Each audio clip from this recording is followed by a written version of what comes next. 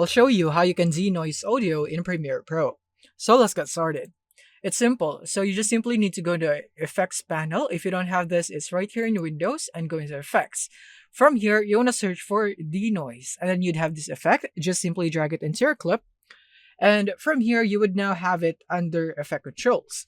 And in here is that you can click here on Edit. And now you can change the amount. But before you do this, I suggest that you play your audio first and see if you're satisfied with the denoise effect, because by default, it is applied at 40%. Now, if you're not satisfied with the cleanup with the noise or background noise in your audio, then you can increase the value. In this way, there will now be less background noise, but as a trade-off, your quality of the voice will also be worse or degrade. So be careful when you are increasing the value in here. So just go to the minimum value that you would be able to tolerate the background noise in, so that you'd be able to keep high quality audio, especially when you are doing a narration or there is a dialogue.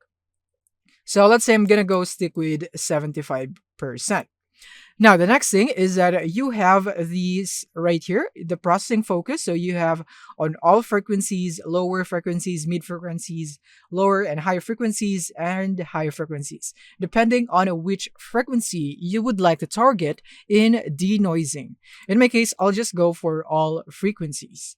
So that's it. And then once you're done, you can now exit out of this and then you can now play it. And then you'll now be able to hear that there is now much less noise depending on the value that you have inputted in the amount in here. And make sure to check if your audio quality is still good. So that's it. Thank you for watching and